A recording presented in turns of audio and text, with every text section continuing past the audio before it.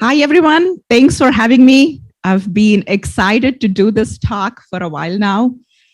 It's great to be finally here in person in front of all of you. For folks who are joining me virtually, thank you for tuning in. I deeply believe that education and good content should be free. I also know that nothing's ever truly free. So my humble thank you for our sponsors for making this happen. This is my first non-tech talk, my first career talk. So I'm really excited for it. Why should you all hear from me? My story is not dissimilar to a lot of immigrants who came to the country. I started with a tech background. I started as a Java developer, then enrolled myself in a cybersecurity graduate program.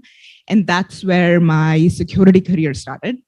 Today, I lead a team of 100 plus cybersecurity professionals across the globe who are responsible for securing Oracle SaaS applications. I get asked the same sets of questions over and over again, right? Like, what are the 2 to 3 pieces of advice for me? Swathi, can you mentor me? Swathi, can you coach me? How did you get this job? These questions are easier to answer.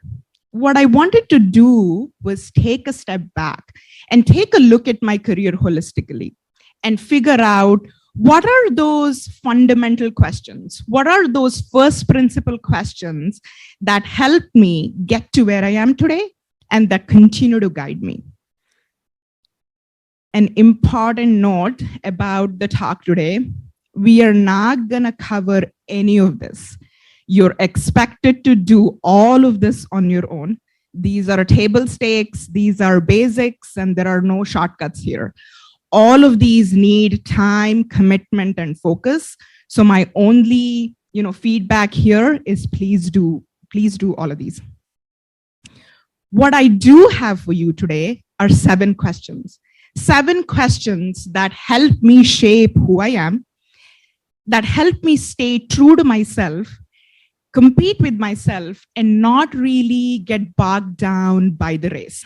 So if you're looking for answers and if you're looking for Swathi's playbook for success, I don't have any of that. I only have questions, and I'm really confident that you all will be able to find the answers on your own. So this is the foundational question. For every person, the non-negotiables are different, right? For somebody, it's work from home. For someone else, it's the title. For someone else, it's total comp. Maybe you're early in your career and your non-negotiable list is really short. I want an employer that sponsors my visa and I want a foot in the door. That's it. Role, title, negotiable. So the more specific you get, right, the better clarity you're going to have with these non-negotiables. I want to go work for a security product company. Great, non-negotiable. I want to go work there as a product manager, as a TPM, as an engineering manager. Great, role and title can be negotiable. So when I mentor someone, this is the first question I ask them. So please take 30 minutes tonight and write down what your non-negotiables are. When we got pregnant with our first child, that's when my husband decided that he wanted to try his hand at a startup. So jointly, we took a decision that it was best for me to be closer to home, right? So I moved closer to home. I was doing really interesting work. I was in a revenue generating part of the organization, so I had great stability, but I had only 6 weeks of maternity leave. My title wasn't great, my manager wasn't great, and I had to travel a little bit. So now you can see, like, I stuck to my non-negotiables, but I also had to make certain trade-offs. So when I decided to have kid number 2, I prioritized and I said, hey, the longer maternity leave is non-negotiable for me, right? Like I need that. But I deprioritized my external engagements like talks and, podcasts and things like that. And I also prioritized compensation because my family was growing and I needed that. After sort of kid number 2 and after a move, I moved cross country. I prioritized flexibility with my time because that was important. And I prioritized putting roots in a new place, making new friends. And that's the time when I moved from being from an IC role into a manager role. So as you can see here, as life moves, it goes in a certain direction. So do your non-negotiables. Question number 2. I often hear, Swathi, can you help me get to the next level? But what is that next level? Is that next level just title? Definitely not. Careers are almost never linear, right? Like they're never a straight line. So define that next level for yourself. Is it scope? Is it budget increase? Is it number of people? Is it more projects? I want to lead security product marketing for a company that has 5 million in revenue. Okay. I want to go lead a public bug bounty program for a large tech company. I want to go work at a post-breach place so I can show impact. You kind of see where I'm going with this, right? So define the next level, and the steps you need to take for that next level are going to be clearer for you. Let's consider the security product marketing example I took. So if you want to go lead that for a 5 million revenue company, then the next step is looking, researching, and making connections with companies that have 5 million or larger market cap. The goal for me early in my career was getting exposed to as many technical domains as possible. So I started as a SOC analyst, I moved into forensics, I did risk management, compliance, and then I became a founding application security engineer, and I moved to management to manage that specific team. It was easier transition to make, right? Like that domain and you become the manager of that specific domain. So that part of my career, I was focused on proactive security, preventative security. Then I wanted to learn how to defend against, attacks. That's when I decided to move from a manager role to an IC role and started learning detection engineering, incident response, etc. So as you can see, it's never been a straight line for me, but there's always been growth every step of the way. As you grow though, so do expectations. So every career progress comes with its own set of challenges. The very fact that you're all here tells me that you want to meet that moment. You know your non-negotiables. You know what the next step is. So the next question is, are you ready to hustle though? Because the hustle is real. It's going to take time. It's going to take effort. I remember chatting with one of my mentors. Early in my career, I was applying for so many jobs and I was not getting any callbacks. So he asked me, so are you catering your resume for every job, right? I was like, oh no, this is so much work. Like I am in the volume game. I need to apply to as many places as I want. I'm not gonna, tailor my resume. And Sean said, no one cares. No one cares, Swathi. It's too much work for you. Do you want the job or not? Right? So build that mental resiliency and get ready for the hustle. It exists at every level and we have to play the game. Some parts of the hustle are visible, right? Externally, you're doing conferences, you're doing talks, you're publishing content, you're trying to be a thought leader. Great. I think honestly, we over-index on it a bit much. I think we focus too much on it. There is also the other side of the coin, right? There is something to be said about staying, doing the job, learning, all the things that you do in between meetings, all the things that you do at home that's not visible. So let's kind of put them together, right? Like both of these are equally important. So let's do both of these and let's start hustling. You with me so far? You have your non-negotiables, you have your ideal role, you're ready to hustle or you're already hustling every day. there will come a time in your life where you have to figure out if the hustling is worth it. Each of us have different priorities, right? So I was close to home with my old job. I was doing exciting work. I was making decent money. My husband was getting his startup off the ground and working it. And then one of my negotiables became really unbearable for me. Then came too many missed ballet recitals. Then came my too many date nights where my husband was eating by himself and I was on the phone. Stress eating, sleep deprived. I had the classic life of an incident response consultant. And that's where I decided that it was not worth it for me. Is Charles here? Charles Nuatu? Maybe online? Okay, maybe not. Charles coined this term. He calls it stress to income ratio. I was talking to Charles about taking the current role that I'm in now and moving over from Netflix. And Charles, of course, he said, I don't get it why you wouldn't do it, Swathi. After that, though, he said, hey, make sure that the money you're making in the new role is relative to the stress that it's going to add to your life.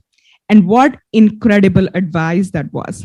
The stressors can be anything, right? It can be mental health, physical health, elder care, child care, family sickness.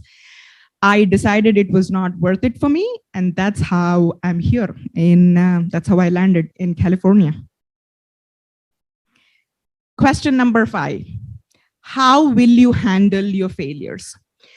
There are enough, executive coaches, consultants, leaders to tell you should learn from your mistakes, failures and opportunity. All of that is great and all of that is true. But what is your actual plan to handle failures? Because they will happen and failures will come fast. Here is a secret. I had 6 rejections before I landed this role that met my non-negotiables. It took me a year and a half to go through all of these questions and come up with an answer. And somewhere along the way, I got really frustrated. And I took a note from an athlete's playbook.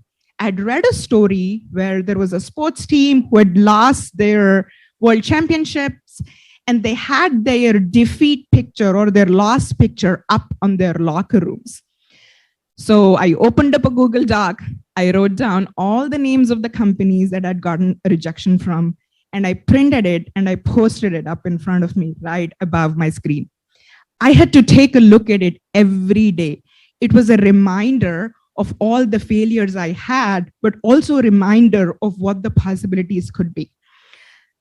So my point here is we have to come up with the framework that will help us succeed in our current role. At the same time, handle everything that's life's throwing at you, right? In this year and a half time, all the other stuff was happening, like kids getting sick, you trying to manage being a mom, wife, whatever other role that you're playing, right? So how can you have a framework to manage your existing life, succeed in your current role, and at the same time, pursue that next stream, pursue that next thing that you want to do? So we've been talking a lot about questions that are introspective, right? How can you be successful? What's your priority? What do you want to do? The last 2 questions I'm going to talk about are more outward facing. So to be successful, right, in your current role and get to that next level, we have to be good at reading the surroundings. What does that mean?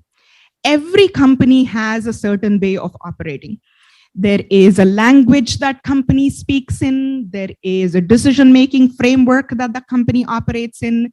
Every role, every company, success criteria is different. So take a look around. Look at people who've been successful at that company within those boundaries and constraints, right? You learn a lot from them. I remember moving from consulting, Mandiant, to consumer security at Netflix. And Both of those companies operated vastly very differently, that their business models were different. Look also outside of your industry, right? Where is the industry headed? Where are the venture capitalists investing their money? If you're in a public company, listen to those quarterly investor calls. Read that, quarterly press release. One other important skill that I've also learned along the way is we really need to know when to stop. Don't get me wrong, perseverance, resilience are great qualities. But there are times where the odds are just stacked up against you. The organizational climate might not be great. You may just plainly not meet the bar. It can be multiple reasons. That's the time to make a very graceful exit. Something to be said about the power of saying no. Last question. One of the best teachers for you in this journey is going to be the market. Market will tell you what you don't know about yourself. Market will tell you also your worth. Survey data, salary data, blind, talking to recruiters, talking to other folks in your network. They're all great ways of getting, passive information. There is also active recruiting and active learning of your strengths and weaknesses. I want to share a couple of stories where the market data was, that's helped me tremendously. It was invaluable feedback for me. I remember early in my career interviewing with Google and Twitter and getting rejected. And I remember them saying, hey, Swathi, you're great, but you're a generalist. We don't know quite where to put you in our specialized security teams. And later on in my life, I had the opposite problem of I had become specialized. I'd been doing detection and response for a while, and I had to prove in my interviews that I could manage other security teams as well. There was also a case where I interviewed for a healthcare CISO role. While I had experience doing compliance, I had never managed compliance teams. And that prerequisite was just a must for a healthcare CISO. And then there was an interview that I did for an international overseas CISO role and quickly realized that the pay or the total comp was just not meeting my bar. So learn from the market. Market is a great teacher. So quick recap, figure out your non-negotiables, only you can. Growth is not linear, it's not a straight line. It's not just title, consider other factors, comps, scope expansion, budget, all of that. Hustle is real, hustle is true at every level, so you have to be able to play the game. Sometimes it may not be worth it. Sometimes the hustle may not be worth the cost of your health or of your family. Have an actual plan to handle your failures, because that'll happen. And learn to read market and organizational data. This quest of what you want to do is going to take you on an incredible adventure. You're going to meet people, you're going to learn new things. Be forgiving, but don't be complacent. Be driven, but don't drive yourself crazy. Dream big, but really enjoy the present. It's not always about going for that next thing. There is a lot of joy in staying, enjoying, leaning in, and learning. So don't be a horse all the time with blinders on, focused on one goal. Be like an eagle, soaring in the sky, looking at everything at the same time, and strike when the time is right. I really hope you all build a career on your own terms and not someone else's. And I'll be right here cheering you on. Thank you, everyone.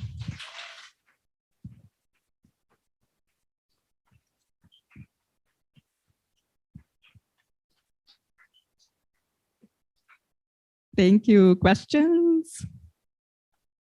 No questions? I'll be hanging out all day today, so any questions, feel free to come and ask.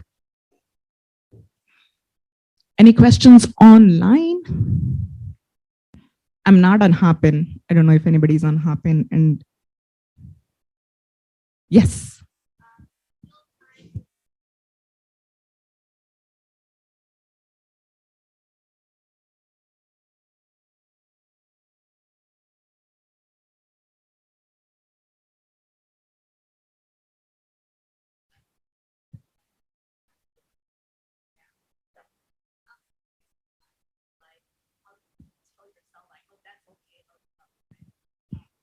Yeah, great question. Yeah, for sure. I have more than moments of when I'm totally down.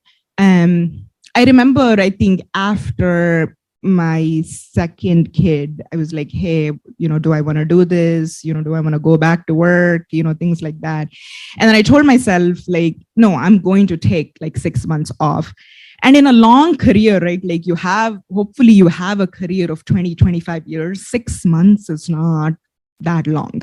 So kind of thinking of it in terms of like, hey, long leeway, like it's not just about the job, it's about the career that you want to build. I think that has helped me a little bit. And also the whole go is not the best like long-term strategy. I think it's a great short-term strategy. Like if you have like a specific goal, so you go for it.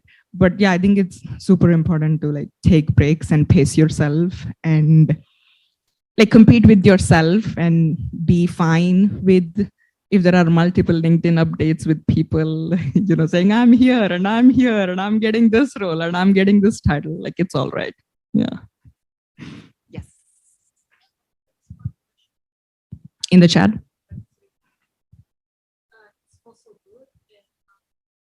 Say that again.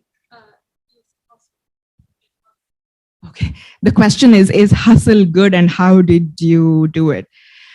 I can't say hustle is good or bad, but it exists, right? Like you have to do it. And like I said, it exists at every level. It just looks different at every level. Yeah, I am still hustling and I am still kind of trying to get to my goal, trying to figure out, what I want to do next and things like that. How do you hustle? Maybe this is a talk on its own. There are certain hustling examples that are common, right? Like that I brought it up. But at the same time, I think we also can't hustle the same way that everyone else is hustling because that just doesn't fit your life. So you have to figure out, what is it that for you? Thank you. Question here. Thank you.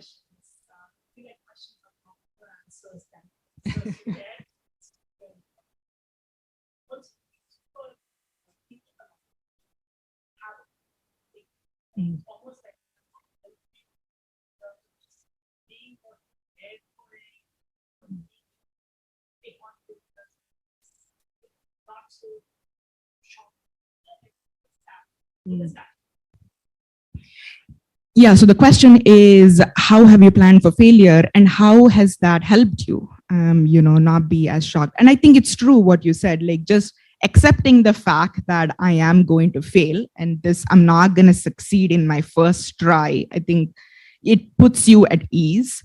Then also, I think it also helps you after 2 or 3 failures, right? Like the first couple of failures, you're like, okay, maybe this didn't go well. Maybe this didn't go well. After the 6th one, you're like, oh my God, maybe something's wrong with me. What am I doing? So I think those moments, like any kind of framework that you set up, right? Like you objectively look at the failure and go, hey, this was quite unique. I don't think this will happen again. Hey, this feedback here is helpful because I've made this mistake before. So I think it helps you take a look at patterns and get better. That's why I think the frameworks have helped me to say, yeah, I'm going to fail, but what do I do about it? Yeah. Any other questions? Okay, some resources in the end. I will post a permanent link to the deck so you can refer to it anytime. And thank you so much for your time and enjoy the conference.